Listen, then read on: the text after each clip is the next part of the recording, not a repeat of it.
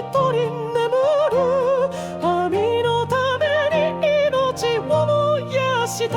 11年鉄の檻の中で子も愛する人も見ることもなく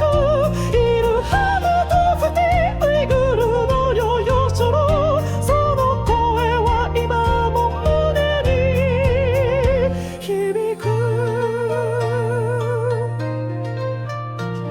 ろうそくのように自分を削り正義のためにただ一言約束したなら基本守れ彼の叫びは静かなる祈りだが世間は情けもなく答えの代わりに軍棒が飛ぶ暴力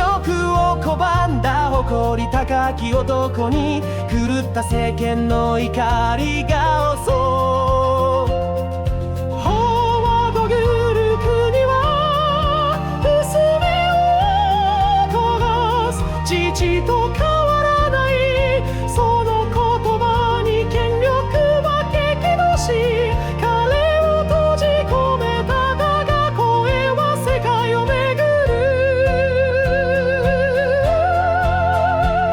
この笑顔に触れられず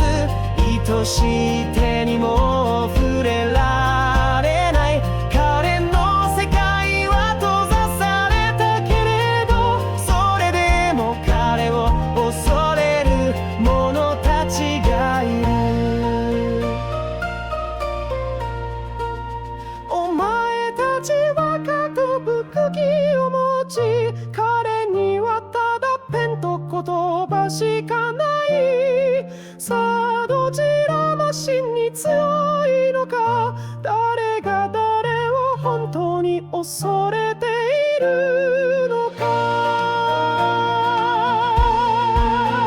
世界は彼を称えた彼は何も知らなかった勇気と真実そして希望の書それでも一度も目にすることなく最後のサビ今イルハムとフティのために歌う囚